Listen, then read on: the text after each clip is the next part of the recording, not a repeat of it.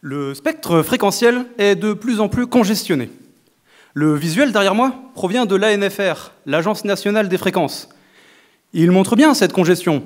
Il n'y a plus de place entre 8,3 kHz et 275 GHz. Il existe deux principaux moyens d'y introduire de nouvelles technologies, ou libérer des fréquences, ou monter en fréquence. Imaginez une très longue pièce, remplie de groupes qui discutent entre eux. Il y a un espace vide de protection entre chaque groupe pour ne pas qu'ils se gênent les uns les autres. Imaginez maintenant que j'introduise un nouveau groupe dans cette pièce. Il va gêner toutes les conversations autour de lui.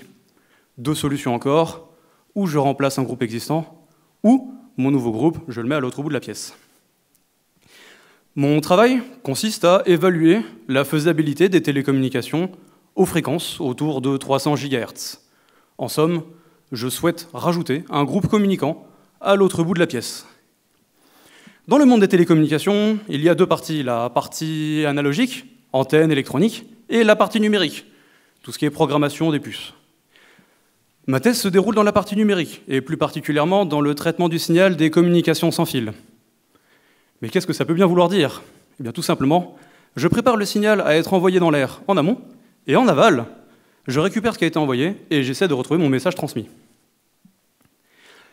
Dans les télécommunications en général, le canal de transmission, ici c'est l'air, va détériorer, atténuer, bruiter le signal.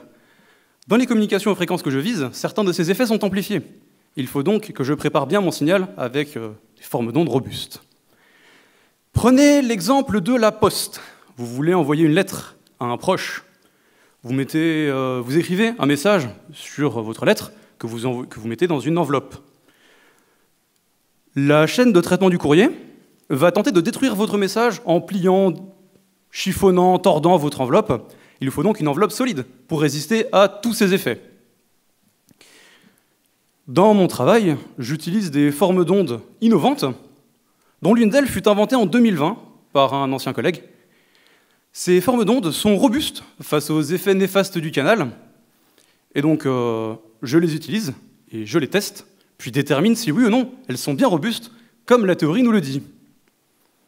La finalité de ma thèse est de fabriquer un démonstrateur, ou tout du moins participer à la fabrication d'un démonstrateur, fonctionnant aux fréquences autour de 300 GHz, pour ne pas perturber les conversations des groupes autour, et utilisant des formes d'ondes innovantes.